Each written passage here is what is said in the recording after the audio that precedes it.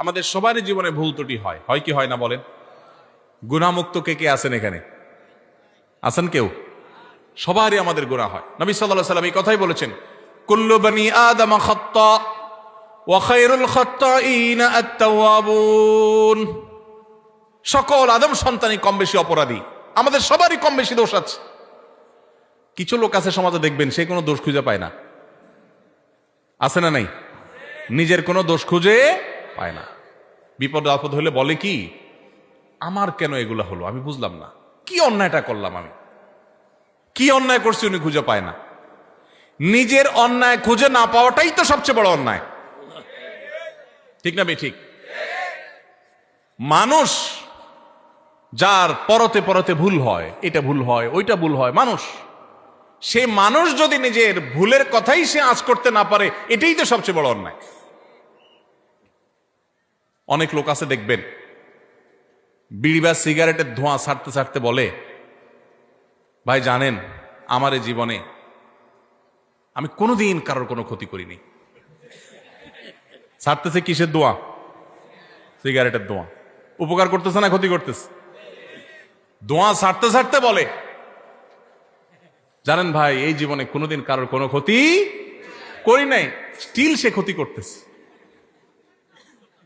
কিন্তু তার সে খবর। তো অনেক লোক এমন আছেন যে নিজের পাপ অপরাধ খুঁজে পায় না, বলে যে এত বিপদ আমার কেন, কি অন্যায়টা করলাম আমি, কি অন্যায় করছে উনি। ভাইরা আমার, আমাদের অজান্তে কত ভুল হয় বলেন। ধরেন আপনি নামাজে দাঁড়াইছেন, ইবাদত করতেছেন, আপনার জামাটা হয়তো কোনো কারণে একটু গন্ধ হয়ে গেছে, আপনি জানেনও না, হতে পারে না কোনো এক সাইডে কোনো গন্ধ কিছু লাগছে বা কিছু, আপনার পাশের মুসল্লির কষ্ট হচ্ছে, অন্যায় না ন্যায় এটা? আপনি হয়তো টেরো পান নাই, হইতে পারে কি পারে না বলেন? আপনি হয়তো বাজারে গেছেন, পাবলিক বাসে উঠছেন, খুব চাপাচাপি ভিড়ের মধ্যে উঠছেন, এই চাপের মধ্যে একটু জোর করে উঠতে গিয়া হয়তো কেউ কষ্ট পেয়েছে, আপনি টেরো পান নাই, হতে পারে কি পারে না? হতে পারে না এরকম? আপনি হাঁটছেন, আপনার পায়ের নিচে হয়তো পিপিলিকা পড়ে মারা গেছে। পিপিলিকা আপনাকে কষ্ট দিলে নিধন করা জায়েজ আছে, তাকে মারা না জায়েজ না, কিন্তু কোনো প্রয়োজন ছাড়া, কোনো কারণ ছাড়া আল্লাহর কোনো প্রাণীকে অহেতুক হত্যা করা, এটা আপনার জন্য ইসলাম আপনি সেটা করতে বলে নাই। কিন্তু আপনার অজান্তে আপনার পায়ের নিচে পড়ে এরকম বহু প্রাণী হয়তো মারা গেছে, তাকে মারার কোনো কারণ হয়তো নাই, সে আপনার কোনো উপদ্রব করছে না, আপনি রাস্তা দিয়ে হেঁটে যাচ্ছেন, কিন্তু আপনার অজান্তে কাজটা হয়ে গেছে, হতে পারে কি পারে না? এরকম অন্তত কয়েক হাজার দৃষ্টান্ত এখানে বসে দেওয়া যাবে, খুঁটে খুঁটে বের করা যাবে, বড় তালিকা করা যাবে, যে আমাদের অজান্তেও আমাদের অনেক ভুল হয়।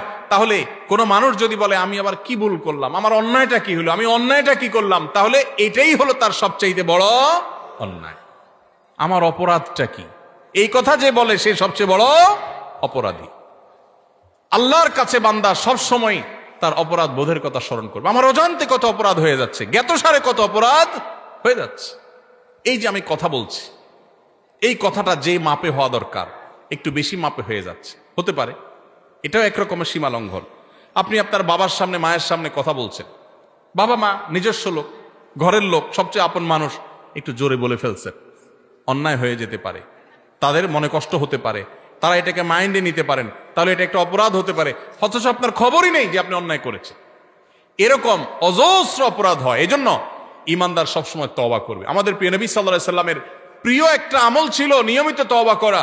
আপনি মিডিল ইস্টে গেলে দেখবেন আরাবিয়ানরা, বিশেষ করে সৌদি নাগরিকরা, কোনো ডাক্তারের ওয়েটিং রুমে বা কোনো পাবলিক প্লেসে, কোনো অপেক্ষার জায়গায় তারা এরকম লিখে রাখে, ইমলা আওকাতাল ইন্তেজার বিল ইস্তিগফার, অর্থাৎ ওয়েটিং এর সময়টাকে আল্লাহর কাছে ইস্তিগফার করে কাটান।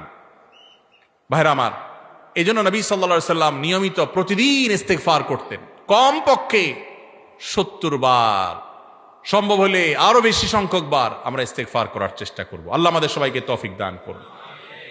ইস্তিগফারের চেতনা হলো আল্লাহর কাছে নিজের অপরাধের কথা স্মরণ করে ক্ষমা চাওয়া, যে আল্লাহ আপনি মাফ করে দেন, আল্লাহ আমি আর গুনাহ করব না, আল্লাহ আমার অজান্তে ভুল হতে পারে, জ্ঞাতসারে ভুল হতে পারে, আল্লাহর কাছে মাপ চাওয়া। আল্লাহর কাছে মাপ চাওয়ার একটা মজা আছে ভাই। মানুষের কাছে মাপ চাইলে আপনার মনটা দেখবেন খারাপ হয়ে গেছে। একজন কাছে আপনার ছোট হওয়া লাগছে, সে আপনার বলছে এখন মাপ চাবে, জোর করে আপনার মাপ চাওয়াইছে, আপনার কাছে ভালো লাগবে না খারাপ লাগবে? যে কোনো মানুষের কাছে, কারোর কাছে কেউ মাপ চাইতে ভালো লাগে না। কিন্তু আপনি আল্লাহর কাছে একটু মাপ চেয়ে দেখেন চোখের পানি ফেলে, আল্লাহ আমার ভুল হয়েছে, আপনি মাফ করে দেন, আল্লাহ আপনি আমাকে মাগফিরাত নসিব করেন।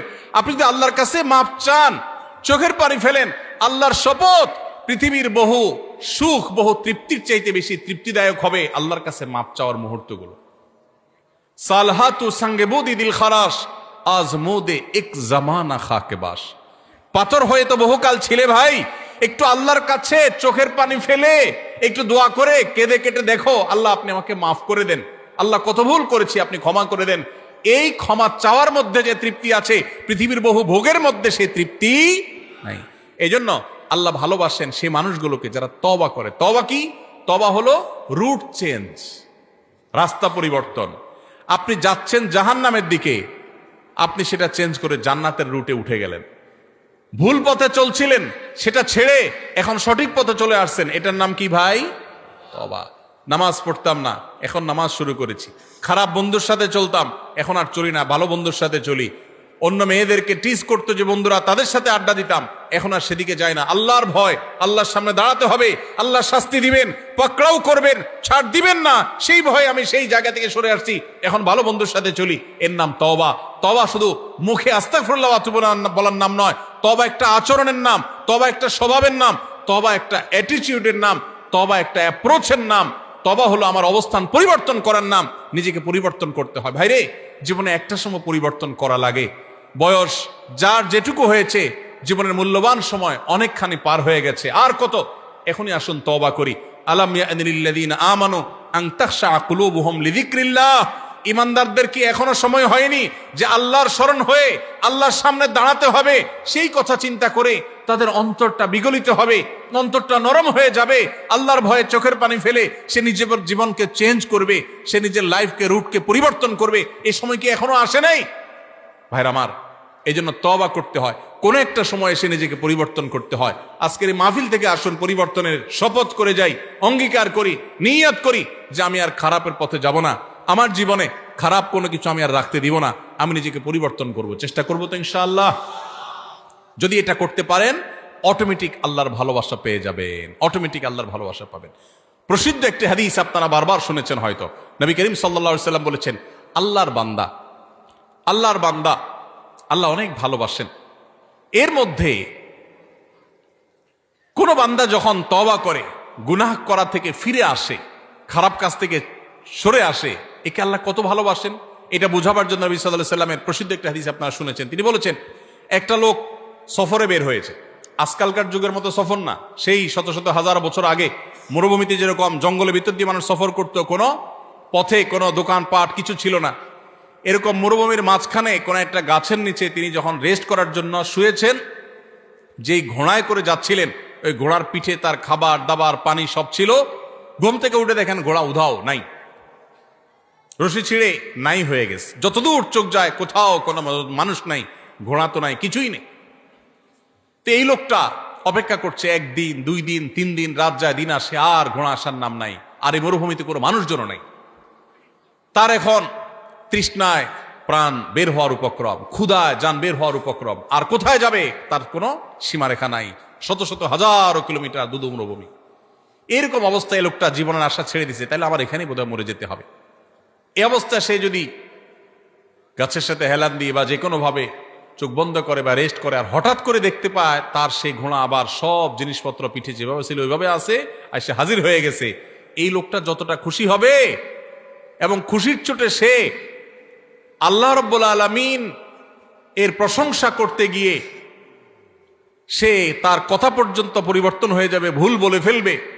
এই লোকটা যেরকম আনন্দে আত্মহারা হয়ে যাবে, আল্লাহ তাআলার কোনো বান্দা যখন তার জীবনকে পরিবর্তন করার সিদ্ধান্ত নেয় যে আমি আর খারাপ বন্ধুর সাথে চলবো না, খারাপ পথে চলবো না, কারোর কষ্ট দিব না, গুনাহের পথে যাব না, বেনামাজি থাকবো না, সে যখন রুট চেঞ্জ করার সিদ্ধান্ত নেয়, তওবা করে, খারাপ পথ থেকে ভালো পথে ফিরে আসে, স্বয়ং আল্লাহ রাব্বুল আলামিন ঠিক একইভাবে তার এই তওবার কারণে আল্লাহ তাআলা খুশি হয়ে যান, আনন্দিত হন, তার প্রতি আল্লাহ তাআলা সন্তুষ্ট হয়ে যান।